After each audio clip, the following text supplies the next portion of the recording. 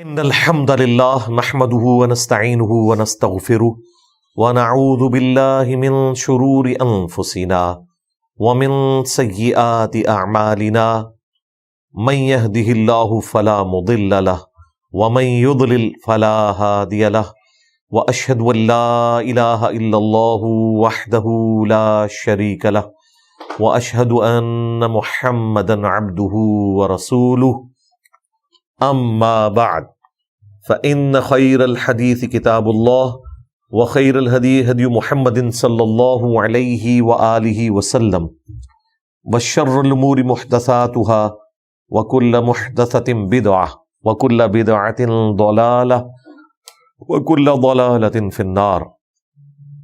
أعوذ بالله السميع العليم من الشيطان الرجيم من همزه ونفخه ونفثه. بسم الله الرحمن الرحيم. رب اشرح لي صدري ويسر لي امري واحلل عقدة من لساني يفقهوا قولي. بسم الله الرحمن الرحيم.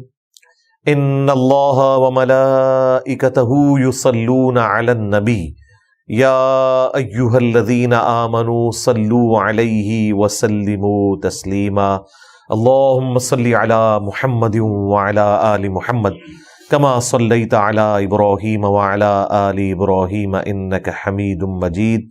اللهم بارك على محمد وعلى آل محمد كما باركت على إبراهيم وعلى آل إبراهيم إنك حميد مجيد. اللهم ربنا آتنا في الدنيا حسنة وفي الآخرة حسنة وقنا عذاب النار. ربنا آتنا من لدنك رحمة وهيئ لنا من أمرنا رشدا. لا إله إلا أنت سبحانك إني كنت من الظالمين. حسبنا الله ونعم الوكيل. يا حي يا قيوم برحمتك أستغيث ولا حول ولا قوة إلا بالله العلي العظيم. آمین. الحمدللہ آج 14 جنوری 2024 کو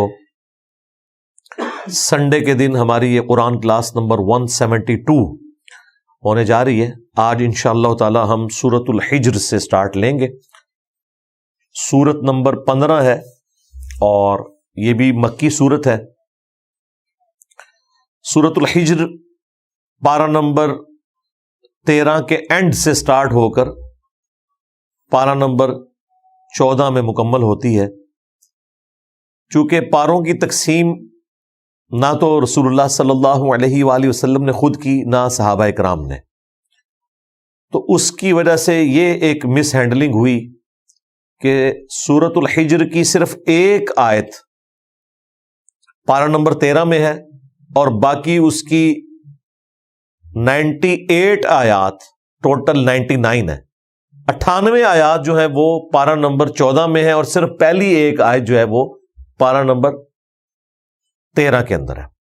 اب اس کے پیچھے کیا حکمت تھی وہ ہمیں نہیں پتا، لیکن یہ ایک بہت بڑا اس اعتبار سے آپ سمجھ لیں ڈرا بیک ہے ان لوگوں کا جن لوگوں نے پاروں کی ڈویژن اس اعتبار سے کر دی ہے.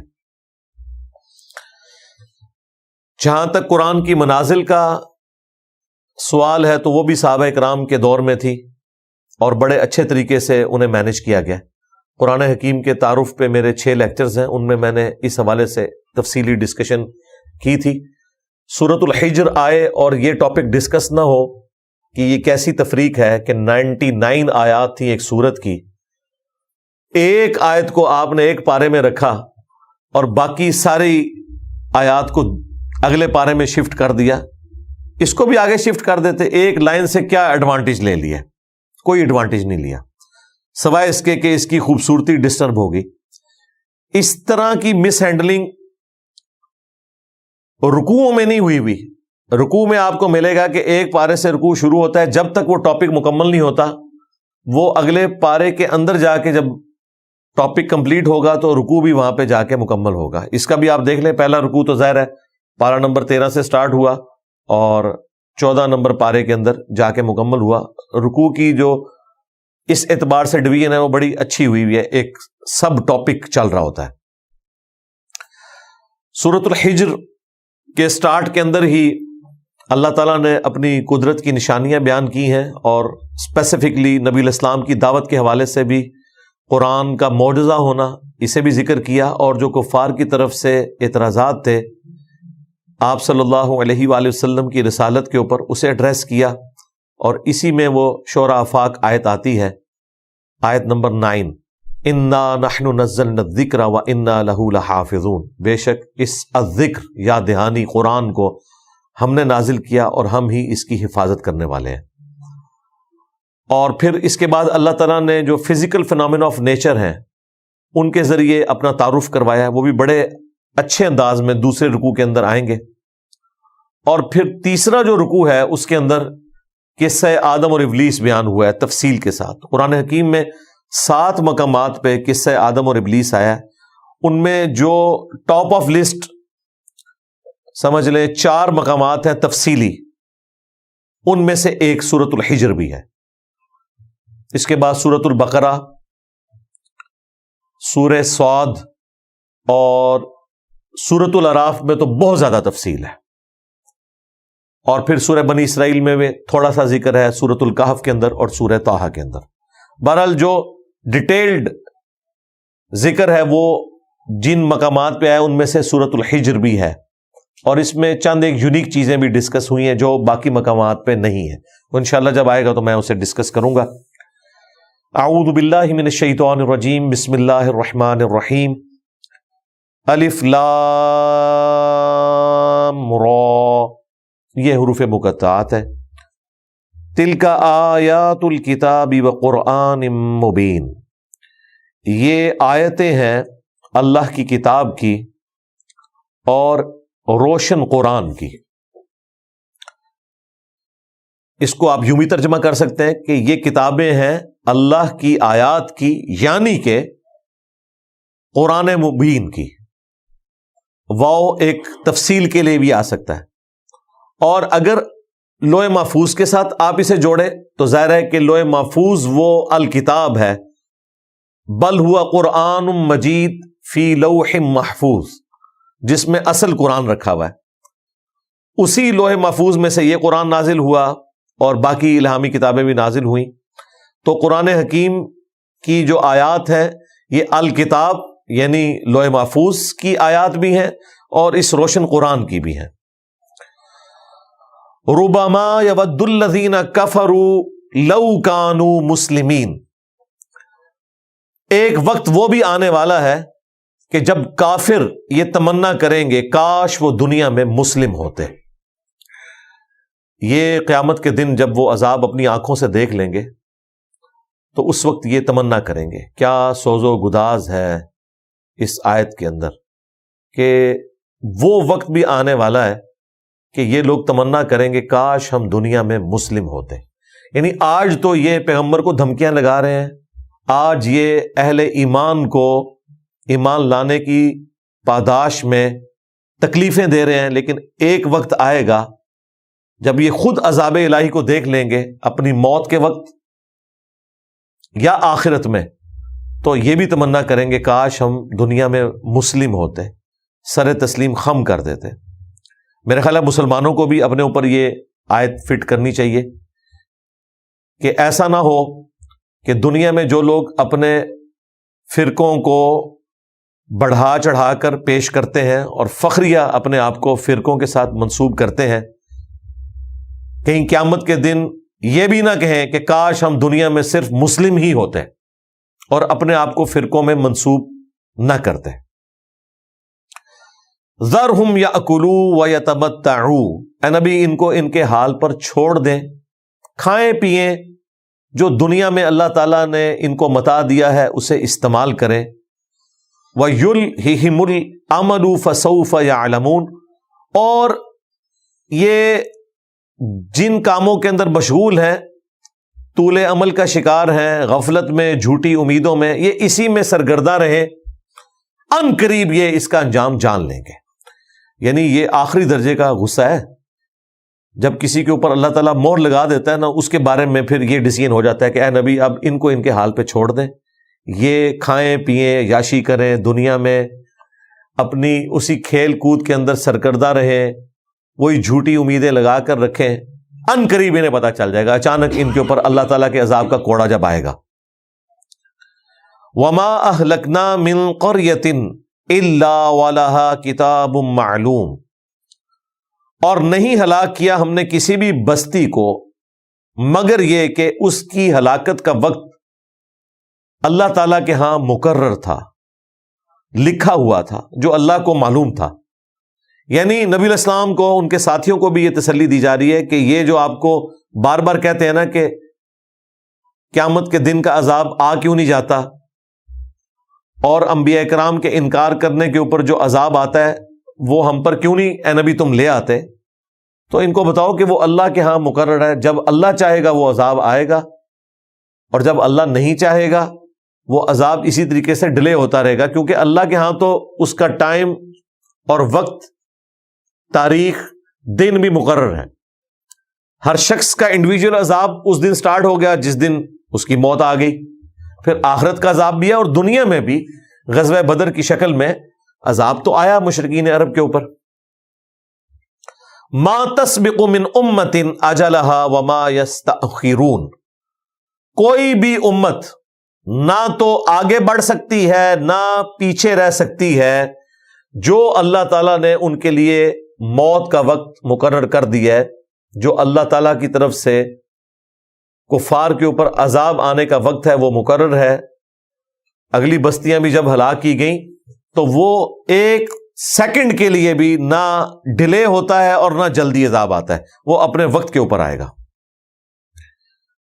اب یہ الگ بات ہے کہ نبی الاسلام کے کیس میں غزوہ بدر، احد، خندق کے اندر مشرکین عرب پہ عذاب کی قسطیں آئیں، لیکن جو بڑا عذاب فتح مکہ کے دن آنا تھا وہاں پر معافی کی اناؤنسمنٹ ہو گئی،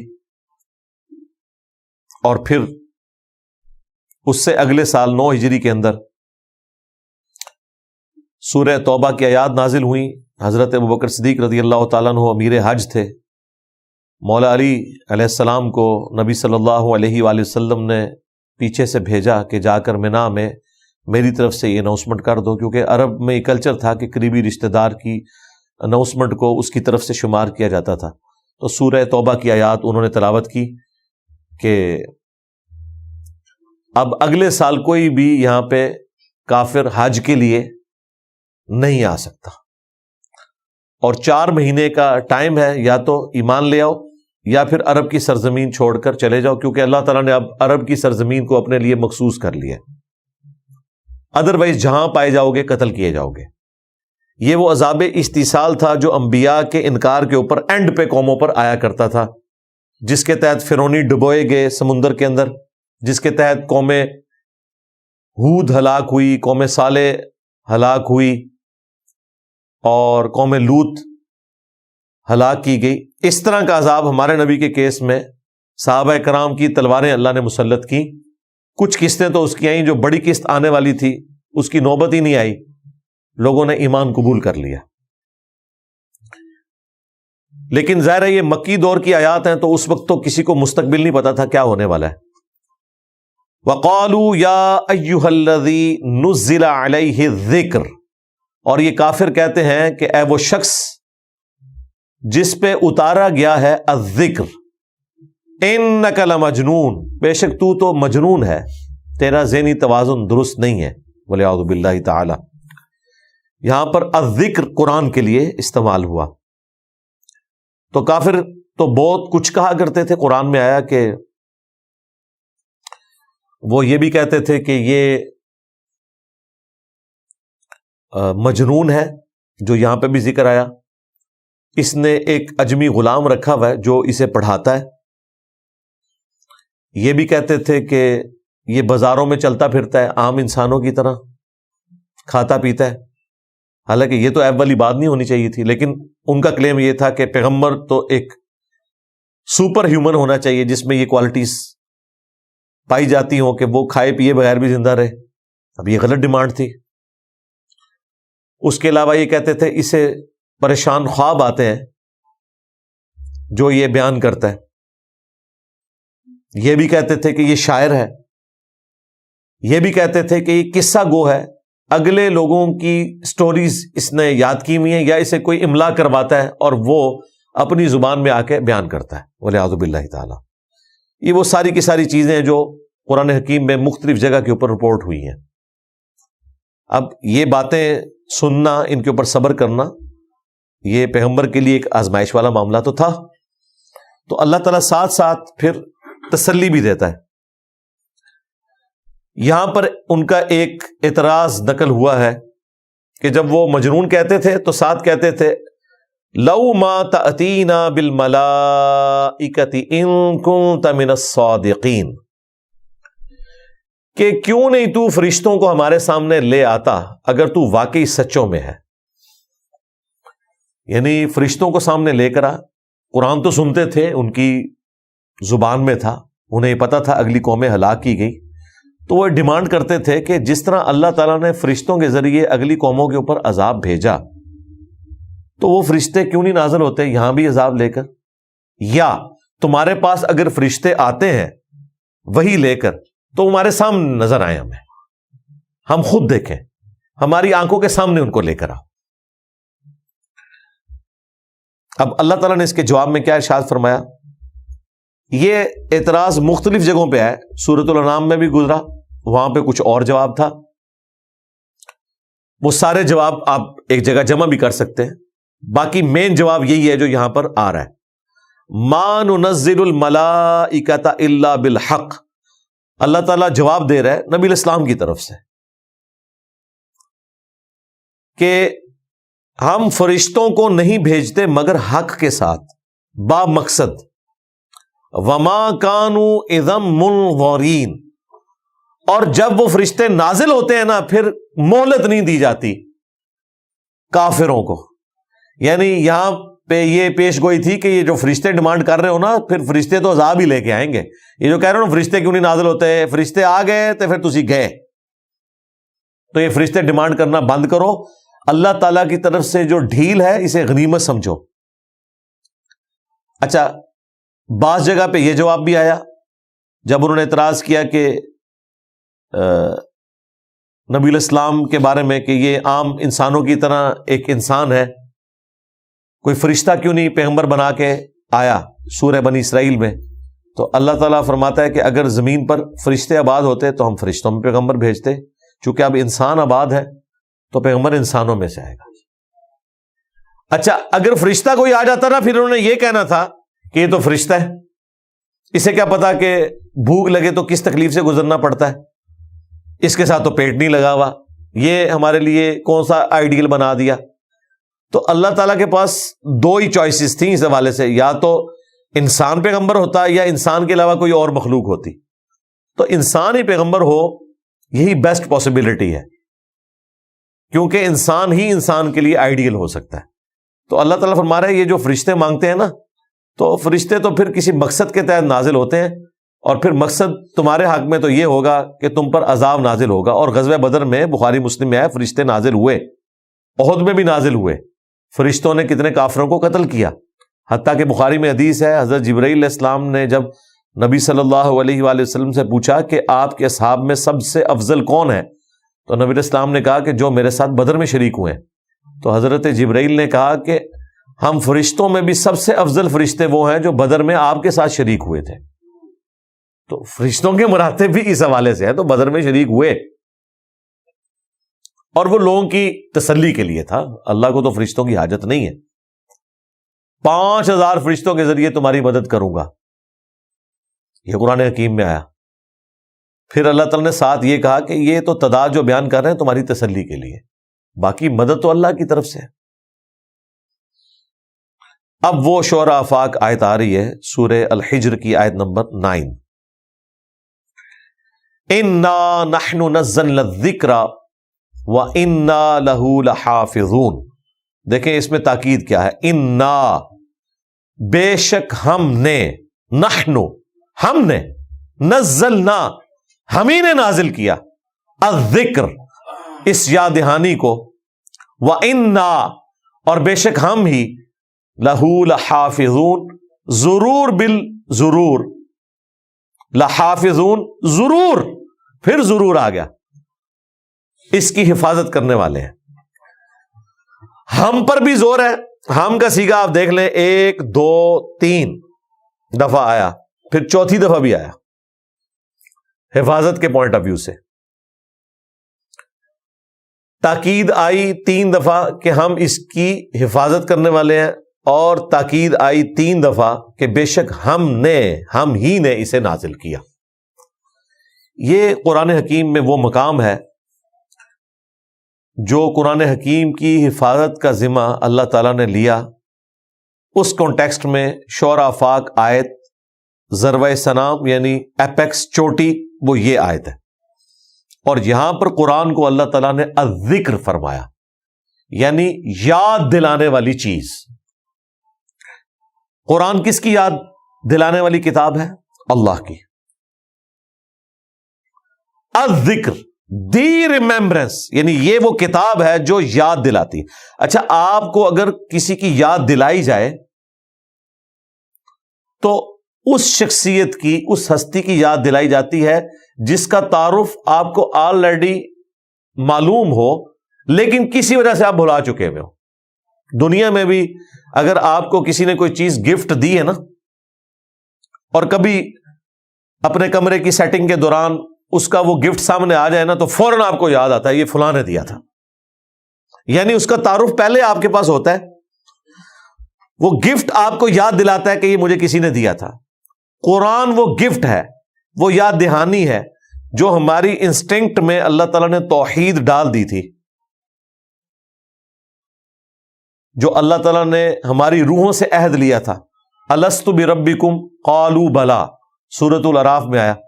سب نے کہا تھا کہ اے ہمارے رب, بے شک تو ہی ہمارا پروردگار ہے. تو ہماری یادوں میں کہیں دفن ہے یہ چیز توحید, اسے دوبارہ سے یاد دلانے والی چیز جو ہے وہ قرآن ہے. قرآن اللہ تعالیٰ کا بہترین ذکر ہے. ظاہر ہے اللہ تعالیٰ کا تعارف اس کے اندر موجود ہے, اللہ تعالیٰ کی تعریف اس کے اندر موجود ہے. اب وہ آیات جن میں اللہ تعالیٰ نے یہ ذکر کیا کہ اللہ تعالیٰ کو کثرت سے یاد کرو, وَاذْكُرُوا اللَّهَ كَثِيرًا, اللہ تعالیٰ کو کثرت سے یاد کرو تاکہ تم کامیاب ہو جاؤ. تو اللہ کا جو یاد والا معاملہ ہے, اللہ کا ذکر والا معاملہ ہے, جس میں ہمارے دلوں کا سکون ہے, جو ہم پچھلی سورت میں پڑھ چکے سورہ الرعد کے اندر, الا بذکر اللہ تطمئن القلوب, آگاہ ہو جاؤ بے شک اللہ کی یاد میں دلوں کا سکون ہے. اس میں نے تفصیلی آلموسٹ کوئی 40 منٹ کی گفتگو کی تھی اور بتایا تھا کہ اللہ تعالی کا جو ٹاپ آف لسٹ ذکر ہے وہ قرآن ہے. اللہ کی تعریف بھی ہے, اللہ کو یاد دلانے والی چیز ہے, اور الذکر نصیحت کے معنوں میں بھی آتا ہے. نبی علیہ السلام بھی اللہ تعالی کی طرف سے ذکر کرنے والے ہیں, یاد دہانی کروانے والے ہیں.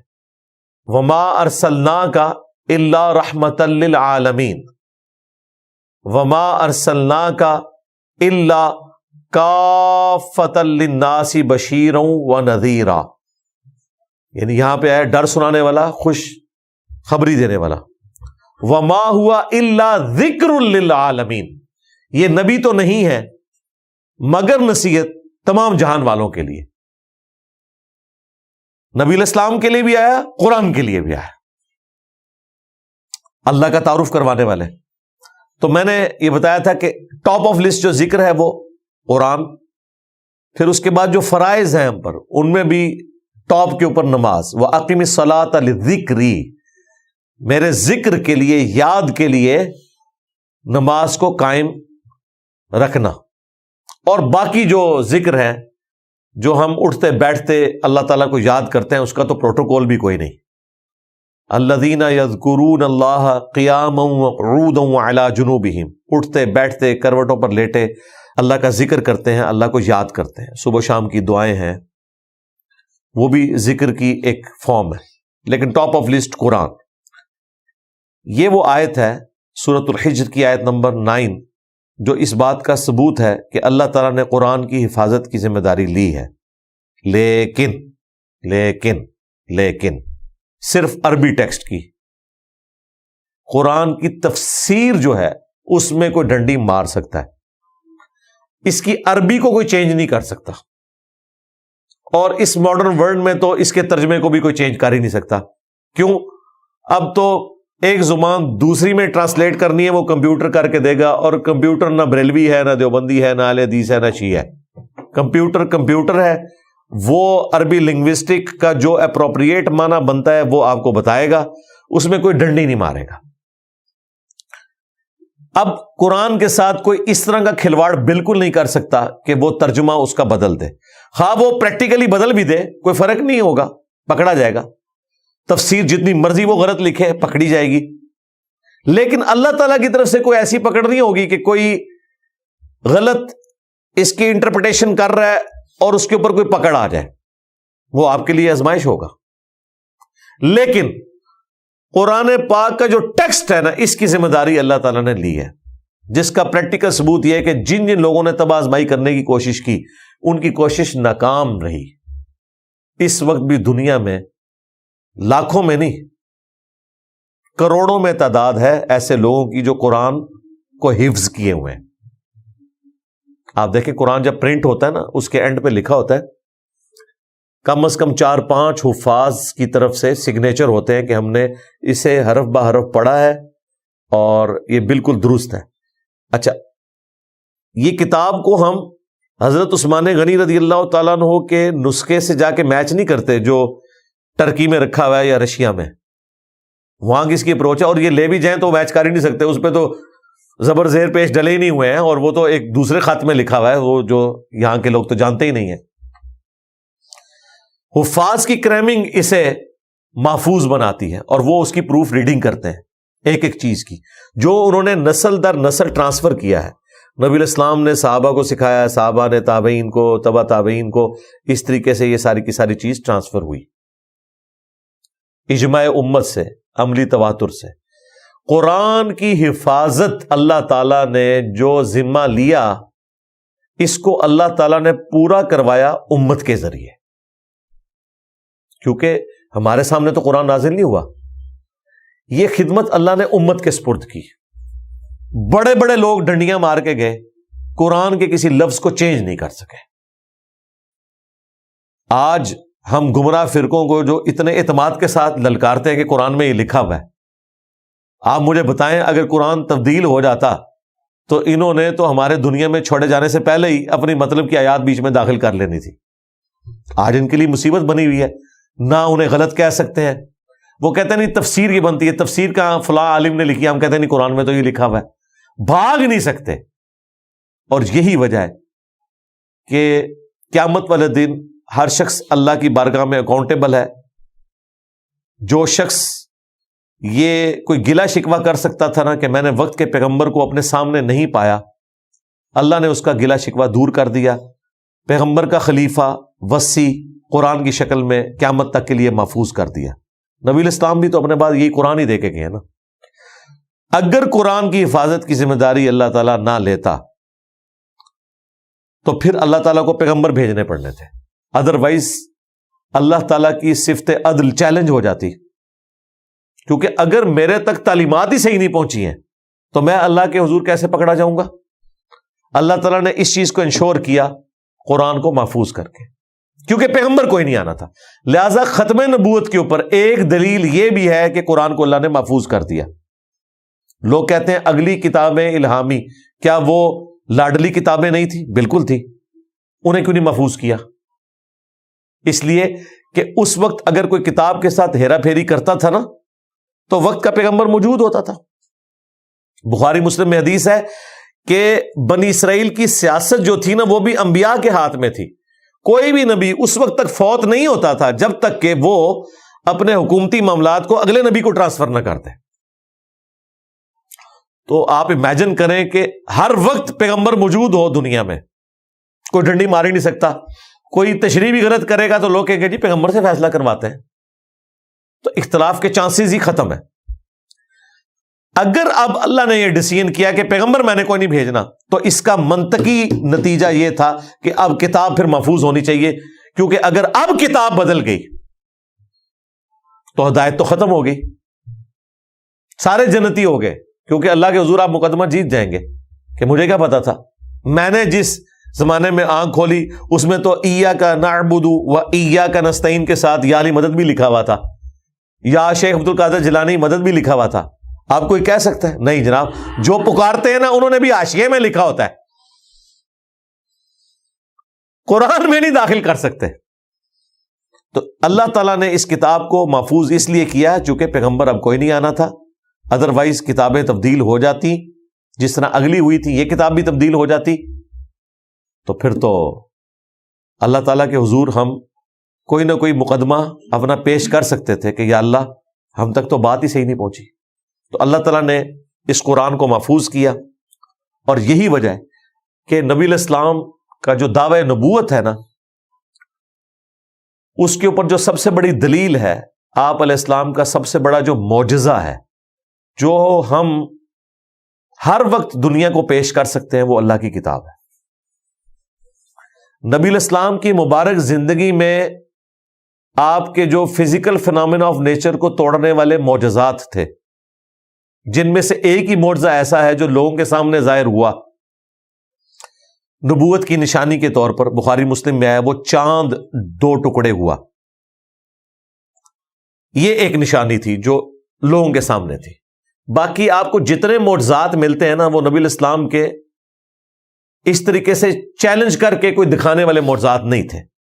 سفر میں پانی کم پڑ گیا، بخاری مسلم میں آیا، نبی علیہ السلام نے ایک پیالے میں انگلیاں رکھی اور چشمے جاری ہوئے، 1500 صحابہ نے پانی پیا بھی، جانوروں کو پلایا، سٹور بھی کر لیا، اور جابر بن عبداللہ کے الفاظ ہیں بخاری مسلم میں کہ ہم 1 لاکھ بھی ہوتے نا تو وہ پانی اس سے بھی زیادہ تھا۔ لیکن اس کی بنیاد پہ نبی علیہ السلام نے کسی کو بلایا نہیں کہ دیکھو میں ایک پیالے میں سے 1 لاکھ بندے کا پانی نکالنے لگا ہوں، مجھ پہ ایمان لے آؤ۔ ویسے آپ دیکھیں تو یہ ایک بہت بڑی چیز تھی جو پیش کی جا سکتی تھی، لیکن نہیں۔ یہ کیوں نہیں تھا؟ اس لیے کہ اللہ تعالیٰ نے یہ طے کر لیا کہ میں نے اپنے نبی کا جو معجزہ پیش کرنا ہے نا، وہ ایسا معجزہ دعوی نبوت والا پیش کرنا ہے جو نبی کے پورے زمانے کے لیے ویریفائیبل ہو، اور وہ قرآن ہی ہے۔ نبی علیہ السلام کے اپنے زمانے میں بھی یہی قرآن تھا، آج بھی ہے۔ آپ پرانے معجزے آج کے لوگوں کو کیسے دکھا سکتے ہیں؟ یعنی میں دکھا سکتا ہوں کسی کو انگلیوں سے پانی کے چشمے نکلتے ہوئے؟ نہیں دکھا سکتا، کوئی ویڈیو موجود نہیں ہے۔ جو ریکارڈ ہے وہ تو ہمارا کلیم ہے نا حدیث کا، وہ تو نہیں وہ مانتے، لیکن ہم قرآن پیش کر سکتے ہیں۔ اب آپ سوچیں کہ قرآن کیسے پیش کر سکتے ہیں؟ پہلی دلیل تو ہم یہ دیں گے کہ قرآن اللہ تعالیٰ نے محفوظ کیا، دیکھ لو اس میں کوئی فرق نہیں ہے۔ کلمی نسخے موجود ہیں قرآن کے مختلف میوزیمز کے اندر، جن میں کافروں کے میوزیم بھی ہیں۔ کاربن ڈیٹنگ ہو جاتی ہے، آپ کو پتہ ہے چند سال پہلے انگلینڈ کے میوزیم کے اندر بھی ایک ایسا نسخہ نکلا جو حضرت عثمان غنی رضی اللہ تعالیٰ عنہ کے دور کا تھا۔ سورہ طٰہٰ کی آیات تھی اور باقی صورتیں تھیں چند ایک، اور کوئی فرق نہیں ہے اس میں۔ ایون کافر بھی یہ مانتے ہیں کہ جو مصحف عثمانی ہے، جس کے اوپر اتفاق ہے پوری امت کا، سنی ہو شیعہ ہو، وہ پوری دنیا میں ایک ہی ہے، اور ایسی حفاظت ہے کہ آپ انڈونیشیا کا مسلمان اٹھائیں، اسے کہیں کہ سورہ فاتحہ پڑھنی شروع کرے الحمدللہ رب العالمین، اور افریقہ کے مسلمان کو کہیں کہ اگلی آیت پڑھ، وہ پڑھے گا الرحمن الرحیم۔ پھر رشیا کے مسلمان کو کہیں اس سے اگلی والی پڑھ، وہ کہے گا مالک یوم الدین۔ اور کوئی 2 مسلمان کسی بھی اعتبار سے اختلاف نہیں کریں گے۔ یہ بہت بڑا معجزہ ہے۔ تو اللہ تعالیٰ نے قیامت تک کے لیے معجزہ رکھا قرآن، تاکہ نبی علیہ السلام کی نبوت قیامت تک کے لیے جسٹیفائی ہو کہ قرآن حکیم کو آپ کسی بھی دور کے ٹیسٹ کے اوپر پیش کر سکتے ہیں۔ اس زمانے میں عرب کے لوگوں کو اپنی زبان پر بڑا ناز تھا۔ قرآن وہ کلام ہے جس کو سن کر شعراء نے اپنے کلام پھاڑ دیے کہ اس طرح کا کلام ہم نہیں لکھ سکتے۔ اور یہ ٹیکنیکل چیزیں وہ ہیں جو صرف عربی لنگوسٹک جاننے والے ہی، اور اس میں بھی جو لوگ ادب سے واقف ہیں وہ عام عربی جاننے والے نہیں، یہ وہ اسپیکٹ ہے جو ہماری آنکھوں سے اوجھل ہے، ہم اجرمی نہیں سمجھ سکتے. ایون عربیوں میں بھی وہ لوگ سمجھیں گے جن کا شغف ہے اس کے ساتھ. لیکن یہ چیز کہ قرآن محفوظ ہے، قرآن کا دعویٰ تھا کہ اس کتاب میں نہ باطل آگے سے داخل ہو سکتا ہے، نہ پیچھے سے، نہ دائیں سے، نہ بائیں سے. سورہ حامیم سجدہ میں آیا، اور یہاں پہ آیا کہ ہم اس کی حفاظت کرنے والے ہیں. تو ہمیں حفاظت تو نظر آ رہی ہے، کوئی فرق نہیں ہے. کوئی لے کر آئے نسخہ کوئی دوسرا اور دکھائے ہمیں کہ دیکھیں جی یہ ہے جسے مسلمان مانتے ہیں. ایک تو یہ جو قرات کے اختلاف ہے، وہ اختلاف کا لفظ اس کے لیے غلط ہے، وہ 7 قراتوں میں قرآن نازل ہوا ہے. یہ اختلاف ڈسپیوٹ کے معنوں میں نہیں ہے، یہ اختلاف 7 قرات میں اللہ نے قرآن کو نازل کیا ہے. لیکن جو دنیا میں یہ چل رہی ہے قرات، یہ وہ قرات ہے جو کہ قریش والی قرات ہے، جسے حضرت عثمان غنی رضی اللہ تعالیٰ عنہ نے ریٹن میں باقی رکھا، باقیوں کے نسخے جلوا دیے. صحیح بخاری میں آتا ہے. لیکن نسل در نسل وہ قرات بھی چل رہی ہے. اس وقت افریقن کئی ملک ہیں جن میں دوسری قرات بھی جو ہے وہ پڑھی جاتی ہے، اور وہ آپ نے اکثر یہاں بھی سنی ہوگی کہ وہ اس انداز میں، جس طرح ڈائلیکٹ ہمارے بھی مختلف ہیں. ایک پنجابی پوٹھوہار کی ہے، ایک پنجابی لاہور والی سائڈ کی ہے، ایک پنجابی جو ہے وہ سیالکوٹ کی ہے، فیصل آباد کی ہے. تھوڑے تھوڑے الفاظ کے فرق سے جو ہے وہ بات ایک ہی ہے. ہم بولتے ہیں ادھر آ، پنڈی والے بولتے ہیں ادھر آ. تو اب پیش کا فرق آ گیا نا، لیکن لفظ وہی ہے، بولنے کا انداز ڈفرنٹ ہو گیا. قرآن میں بھی ایک قرات کے اندر مالک یوم الدین ہے، ایک قرات میں مالک یوم الدین ہے. اس میں میم کے اوپر زبر ہے، کھڑا زبر نہیں ہے. اور زبر زیر کا فرق بھی ہے. ایک قرات میں لقد جاءکم رسول من انفسکم ہے، ایک قرات میں انفاسکم بھی ہے. انفسکم، انفاسکم، انفسکم تمہاری جانوں میں سے ایک پیغمبر آیا، انفاسکم تم میں بہترین نفیس ترین شخص آیا. بیک وقت دونوں معنی نبی اسلام کے کیس میں درست ہے. تو یہ قرات کا اختلاف اپنی جگہ ہے، یہ اختلاف نہیں ہے، ڈسپیوٹ نہیں ہے. 7 قراتوں میں قرآن نازل ہوا ہے. لیکن یہ جو قرات پوری دنیا میں چل رہی ہے، اسی میں ہی حفظ کیا جاتا ہے اور آگے ٹرانسفر اس طرح کے معاملات ہوتے ہیں. اس قرات کو بس ایک قرات کے فن کے طور پر ضرور زندہ رکھا ہوا ہے. سبع عشرہ کا کورس بھی کر کے قرآن حضرات آتے ہیں جو والضحیٰ واللیل اذا سجا، اسے پڑھتے ہیں والضحیٰ واللیل اذا سجے. ہم پڑھتے ہیں سجا، وہ سجے، لیکن معنی وہی ہے، وہ بولنے کا انداز ہے. ٹھیک ہے. جس طرح آپ سرائکی طرز میں جو لوگ پنجابی بولتے ہیں، وہ آپ کو پنجابی ذرا ڈیفرنٹ لگے گی، ہماری والی پنجابی ذرا ڈیفرنٹ لگے گی. لاہور والوں کی پنجابی بالکل ڈیفرنٹ ہے. فیصلہ آباد والوں کی آپ پنجابی دیکھیں تو بالکل ڈیفرنٹ ہے. وہ ہمیں سن کے پتہ چل جاتا ہے کس علاقے کی پنجابی ہے، لیکن ساروں کے لیے پنجابی کا لفظ بولا جاتا ہے. تو قرآن حکیم کی وہ قرات کا جو اختلاف ہے، وہ اسے اس اعتبار سے کوئی مشکوک نہیں بناتا، کیونکہ اکثر لوگ اس کو پوچھ بھی رہے ہوتے ہیں. میں نے اس کے اوپر کئی ایک ویڈیوز بھی ریکارڈ کروائی ہیں. ماڈرن دور کے اندر دمشق شام کا ایک رائٹر ہے عثمان طاہا، جسے سعودیہ والوں نے ہائر کیا تھا آلموسٹ کوئی 30-40 سال پہلے. اس نے مصحف لکھ کے دیا، مختلف مصحف لکھوائے تھے سعودی عرب والوں نے. شاہ فہد جو پرنٹنگ پریس ہے انہوں نے، یہ جو ہمارے ہاتھ میں یہ بلو والا قرآن ہے جو آپ کو مسجد نبوی میں، بیت اللہ شریف میں ملتا ہے، یہ بھی اس کا ہی لکھا ہوا ہے. یہ بلو بائنڈنگ سے سعودیہ سے شائع ہوتا ہے، اور یہی قرآن ریڈ بائنڈنگ میں ایران سے شائع ہوتا ہے. دونوں پہ لکھا ہوا ہے کہ عثمان طاہا کا لکھا ہوا قرآن، وہ کاتب وہی ہے.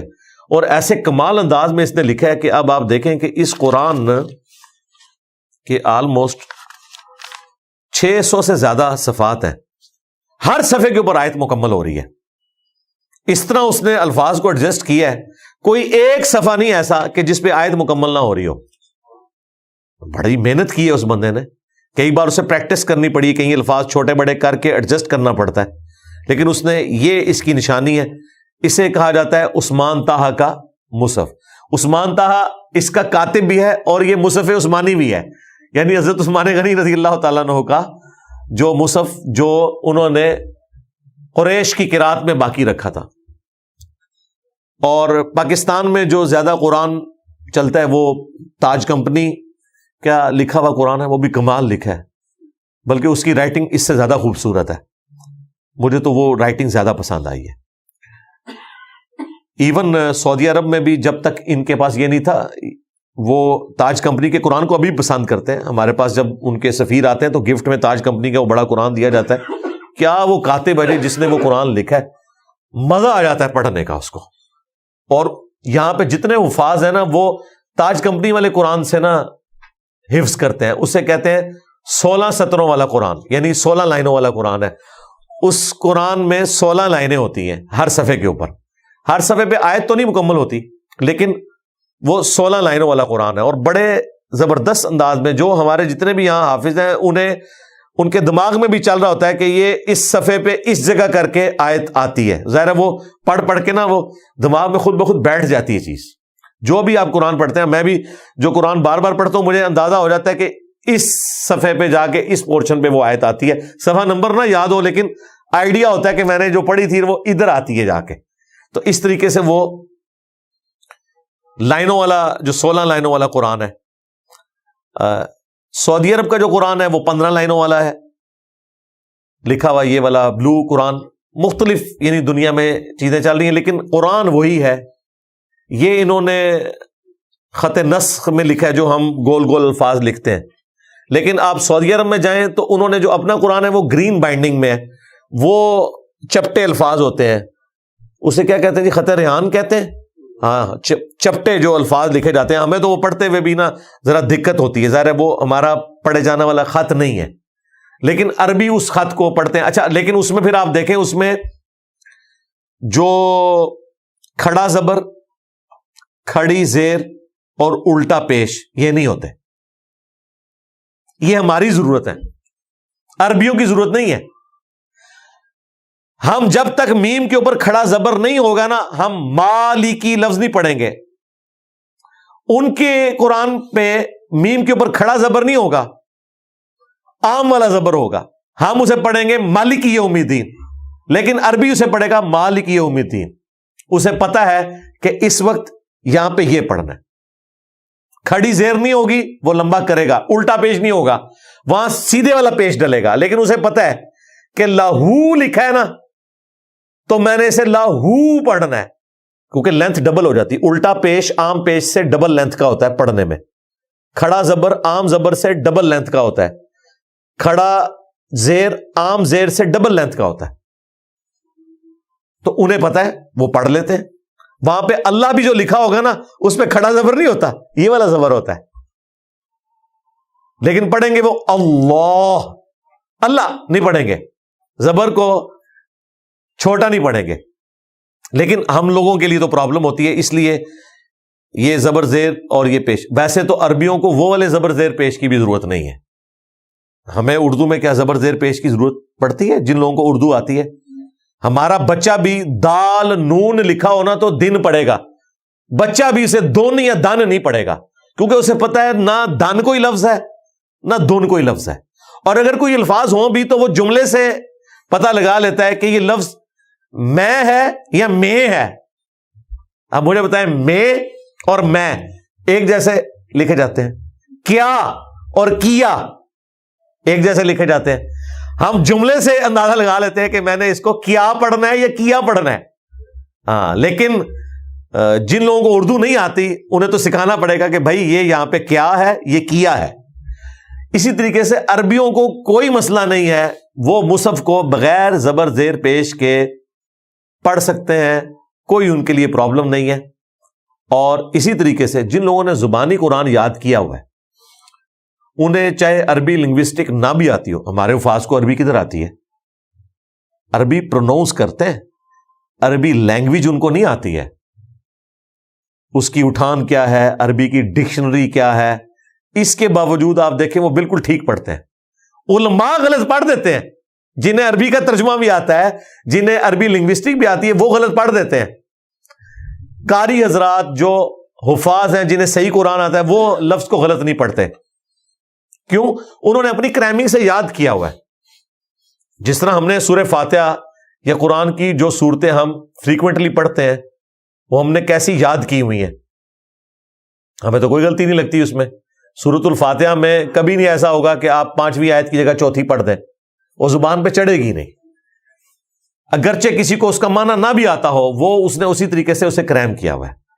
اور یہ قرآن میں جو اللہ تعالیٰ نے ایک ڈیوائن میوزک، ملکوتی غنا جو رکھا، جو اس میں ایک وزن ہے جس کی وجہ سے قرآن کو آپ طرز لگا کے پڑھ بھی سکتے ہیں، یہ اسی وجہ سے تھا تاکہ عرب کے لوگ اسے زبانی یاد کریں. اگر یہ نثر میں ہوتا نا تو اس طریقے سے چیزیں یاد نہ ہوتی.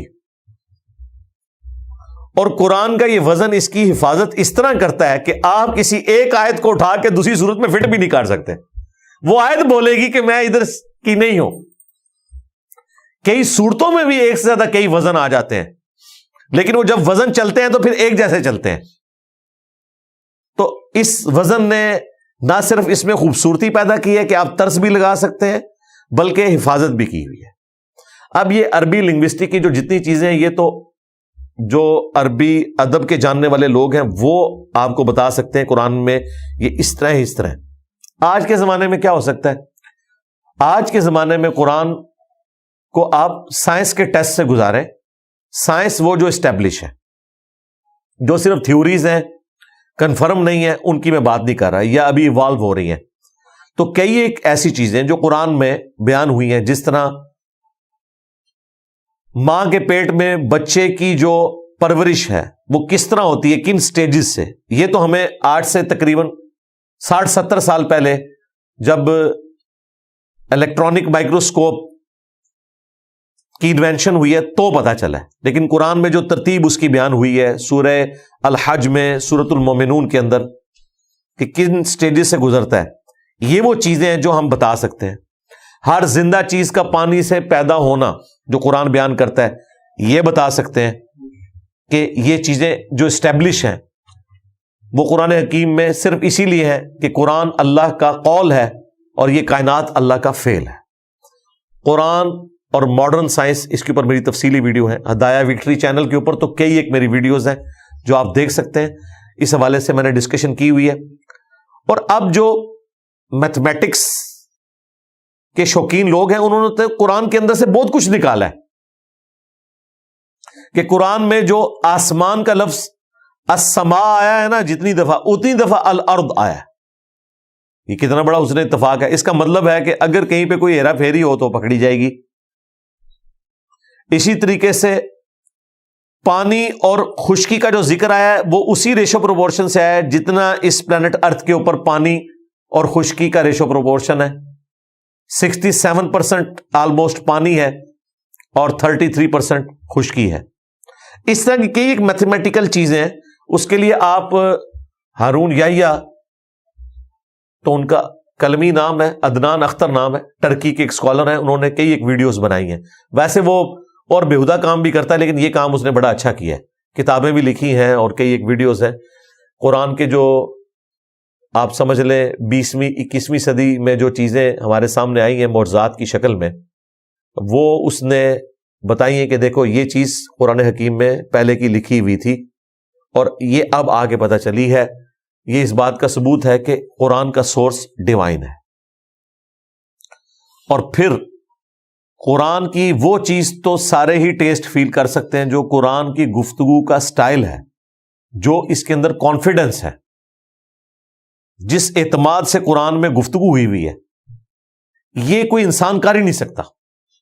انسان کی لکھی ہوئی کتاب اس طرح نہیں ہوتی ہے. اس میں باقاعدہ چیپٹرز اس انداز میں ہوتے ہیں کہ وہ ان چیزوں کا خیال رکھتا ہے کہ میں نے پہلے یہ چیپٹر ڈالنا ہے، پھر یہ ڈالنا ہے، پھر یہ ڈالنا ہے، اور پھر ونس اپون ٹائم سے لے کے ایک پوری ایک سٹوری کے طور پہ بیان کرتا ہے. قرآن اس طرح کی کتاب نہیں ہے. یہی وجہ ہے کہ قرآن کو آپ کہیں سے بھی کھولیں آپ کی ہدایت کے لیے کافی ہے. قرآن کو آپ کہیں سے بھی کھول لیں، آگے پیچھے سے اس کا جو ذکر دوسری جگہ پہ ہے وہ نہ بھی آپ کو معلوم ہو، تب بھی آپ کی ہدایت کے لیے اچھا خاصا حصہ میسر ہوتا ہے، آپ کو ایک دفعہ ہلا کے رکھ دیتی ہے وہ بات۔ اگر اس طرح کے ربط ہم تلاش کرنا شروع کریں تو پھر تو قرآن پاک آپ جب تک سٹارٹ سے اینڈ تک نہیں پڑھیں گے آپ کو بات نہیں سمجھ آئے گی۔ قرآن تو کہیں یہ نہیں کہتا۔ 30ویں پارے میں آپ دیکھ لیں، چھوٹی چھوٹی صورتیں ہیں، مکمل ایک ٹاپکس ہیں۔ یہ قرآن کے تعارف میں نے بتایا تھا کہ یہ اللہ تعالیٰ کے خطبات ہیں، پرفیکٹ خطبے ہیں 114۔ تو یہ جو ٹیسٹ ہے وہ آپ فیل کر سکتے ہیں۔ قرآن کتنے اعتماد کے ساتھ گفتگو کرتا ہے۔ کئی نان مسلمز جنہوں نے قرآن پاک کا ترجمہ پڑھا ہے نا انگریزی میں، سب کا جو کامن ایکسپیرینس ہے وہ یہی ہے کہ اس کتاب کا سٹائل ہی بڑا ڈیفرنٹ ہے، اس کا بات کرنے کا کانفیڈنس ہی ڈیفرنٹ ہے۔ پورے وثوق کے ساتھ یہ کتاب بات کرتی ہے، ہمیں چاہیے کرنا چاہیے، اس طرح نہیں ہے یہ کرو گے تو یہ ہوگا اور اگر یہ کیا تو یہ ہو جائے گا۔ یہ انسان کو اس طریقے سے بات کر ہی نہیں سکتا۔ تو یہ وہ ٹیسٹ ہے جو ہر بندہ فیل کر سکتا ہے، بشرطے کہ قرآن کو اچھے طریقے سے ترجمہ کیا ہو، الفاظ کا چناؤ اچھا ہو۔ میرے نزدیک مولانا مودودی رحمہ اللہ نے جس طریقے سے قرآن حکیم کو اردو میں ٹرانسلیٹ کیا ہے، انہوں نے وہ عربی زبان کا سوز و گداز ٹرانسلیٹ کیا ہے جی، جہاں کہیں بریکٹس ان کو لگانی پڑتی ہیں اس وجہ سے کہ عربی تو ورسٹائل زبان ہے، اردو میں ٹرانسلیٹ کرنے کے لیے بعض اوقات آپ کو بریکٹس لگانی پڑتی ہیں تاکہ وہ جملہ سیدھا ہو جائے، لیکن عربی زبان میں وہ جملہ اسی طریقے سے بولا جاتا ہے۔ اب اردو زبان میں تو بڑا ظلم ہے نا کہ آپ ترجمہ لوگوں کو یہ بتائیں کہ ہم نے آپ کو نہیں بھیجا مگر رحمت للعالمین بنا کر تمام جہانوں کے لیے یا تمام جہان والوں کے لیے۔ باللفظ تو ترجمہ یہ درست ہے، لیکن اردو میں تو ہم اس طرح نہیں بولتے۔ اردو میں ہم یوں بولیں گے کہ ہم نے آپ صلی اللہ علیہ وآلہ وسلم کو تمام جہان والوں کے لیے رحمت بنا کر بھیجا ہے، لیکن لفظی ترجمہ وہی ہوگا کہ ہم نے نہیں بھیجا مگر رحمت بنا کر تمام جہان والوں کے لیے۔ عربی میں جب اس طریقے سے گفتگو ہوتی ہے وہ گفتگو میں وزن کے لیے، اور یہ نارمل گفتگو ہے۔ عربی میں تو یہ ٹھیک ہے، لیکن اردو میں ہمیں الفاظ کا چناؤ ایسا کرنا چاہیے کہ وہ آپ اردو میں اس کا سوز و گداز فیل کر سکیں۔ اس کے لیے پھر آپ کو بریکٹس لگانی پڑتی ہیں، بعض اوقات الفاظ کو سیدھا کرنا پڑتا ہے۔ میں بھی یہاں پہ باللفظ ترجمہ نہیں کرتا ہوں، بالمفہوم کرتا ہوں، کیونکہ میں اردو میں بات کر رہا ہوں۔ لہذا یاد رکھیں کہ قرآن کا کوئی بھی ترجمہ، وہ قرآن کا ترجمہ ضرور ہے، اسے آپ قرآن نہیں کہہ سکتے، یہ ذہن میں رکھیے گا، کیونکہ غلطی کے چانسز ہیں۔ اسی لیے ہمارا یہ موقف ہے اور علماء کا اس پہ اتفاق ہے کہ قرآن کا صرف ترجمہ نہیں پرنٹ کرنا چاہیے۔ جب بھی کریں عربی لکھیں اوپر، نیچے ترجمہ، یا ایک صفحہ عربی والا دوسرا اردو والا، جس طرح مولانا مودودی کا ترجمہ انہوں نے پرنٹ کیا، ایک طرف عربی ایک طرف اردو، تاکہ اگر صرف کسی نے اردو پڑھنا ہے وہ پڑھے۔ یہ نہیں کیا کہ عربی کو غائب ہی کرتے، کیونکہ اردو ترجمہ بہرحال ایک انسان کی کوشش ہے۔ بعض اوقات الفاظ کا چناؤ ایسا ہوگا کہ آپ کو عربی کی طرف جانا پڑے گا کہ بھئی یہ لفظ لکھا بھی ہوا تھا،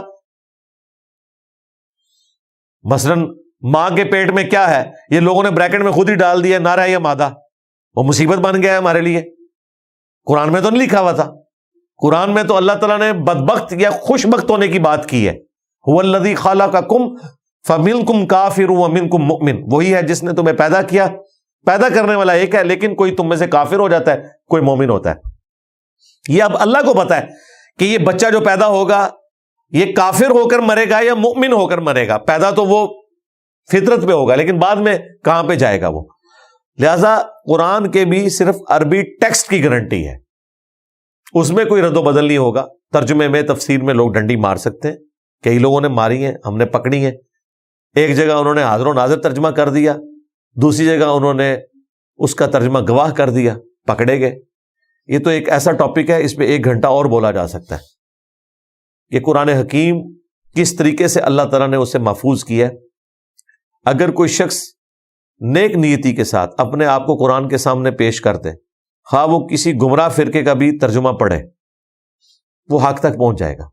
گمراہی کتنی بھلائی ہوئی ہوگی، سورہ فاتحہ کا ترجمہ تو غلط نہیں ہوا ہوا نا، پکڑا تو جائے گا۔ جن جن لوگوں نے جہاں جہاں ڈنڈی ماری ہے وہ انہی کے ترجمے میں خود انہوں نے اپنی ڈنڈی پکڑ لی ہوئی ہے. دوسری جگہ جا کے پتا چل جاتا ہے کہ یار یہ دیکھو ادھر کیا کر دیا انہوں نے. یہ بات تھی اصل میں. اور تفسیر بالکل 180 ڈگری کی ہوتی ہے, پکڑی جاتی ہے. یار قرآن میں تو یہ لکھا ہی نہیں ہوا تھا, انہوں نے کیا اس میں سے نکال لیا. اور یہ زیادہ تر کام کیا صوفیاء نے, اور ان کے کسٹوڈین اس وقت بریلوی اور دیوبندی, وہ زیادہ تر اس طرح کے معاملات کرتے ہیں.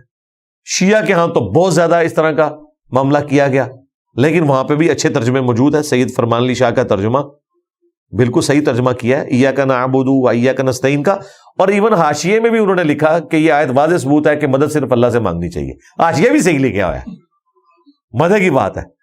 بریلویوں نے تو پھر بھی ساتھ بزرگوں سے مانگنا ثابت کیا, دیوبندیوں نے بھی ثابت کیا.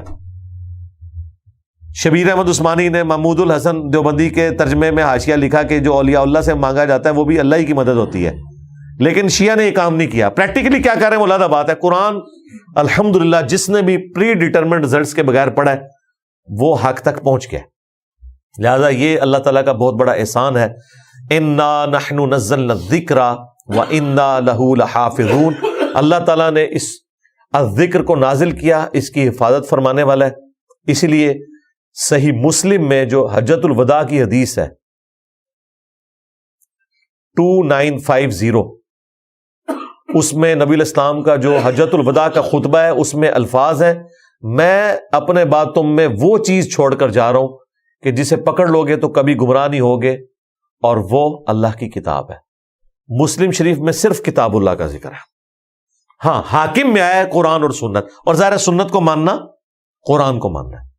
اور جو غدیر خم کا خطبہ ہے مسلم شریف میں اوپر تلے 4 احادیث 6225 سے 6228 تک, وہ قرآن کی تعریف میں اس سے بہتر الفاظ اور کسی حدیث میں نہیں آئے. اے لوگو آگاہ ہو جاؤ, میں بھی ایک انسان ہوں, قریب ہے کہ اللہ کا قاصد میرے پاس آئے اور میں اس کی دعوت کو قبول کر لوں. میں اپنے بعد تم میں 2 بھاری چیزیں چھوڑ کر جا رہا ہوں. ان میں سے پہلی چیز اللہ کی کتاب ہے, اس میں ہدایت ہے, اس میں نور ہے.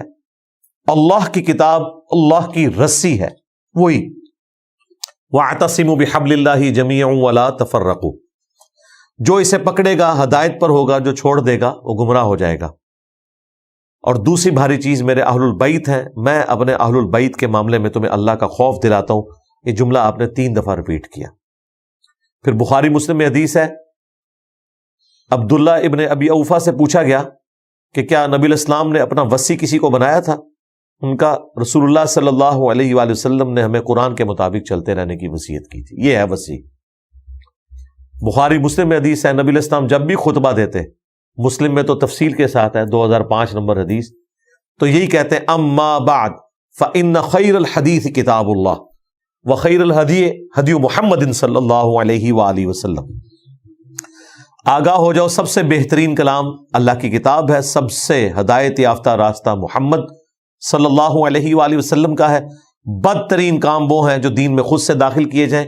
یہ کام بدعتیں ہیں, تمام بدعتیں گمراہیاں ہیں, اور تمام گمراہیاں جہنم میں لے جانے والی ہیں. پچھلے دنوں جو سویڈن میں قرآن کی گستاخی ہوئی, تو اس کانٹیکسٹ میں میں نے تفصیلی ویڈیو بھی ریکارڈ کروائی تھی. جسے اور مواد چاہیے ہو تو وہ اس حوالے سے دیکھ لے. باقی یہ آیت اس چیز کی متقاضی تھی کہ ہم اس کے اوپر تفصیلی گفتگو کرتے, اس لیے میں نے اسے تفصیل کے ساتھ بیان کیا. کوئی تشنگی اس حوالے سے باقی نہ رہ جائے. اللہ تعالیٰ سے دعا ہے جو حق بات میں نے کہی ہمارے دلوں میں راسخ فرمائے. اگر جذبات میں میرے منہ سے کوئی غلط بات نکل گئی تو ہمارے دلوں سے اسے دھو ڈالے, ہمیں معاف بھی کر دے. ہمیں کتاب و سنت کی تعلیمات پر عمل کر کے دوسرے بھائیوں تک پہنچانے کی توفیق عطا فرمائے. سبحانک اللہم و بحمدک اشہد ان لا الہ الا انت استغفرک و اتوب الیک وما علینا الا البلاغ المبین. جزاکم اللہ خیرا.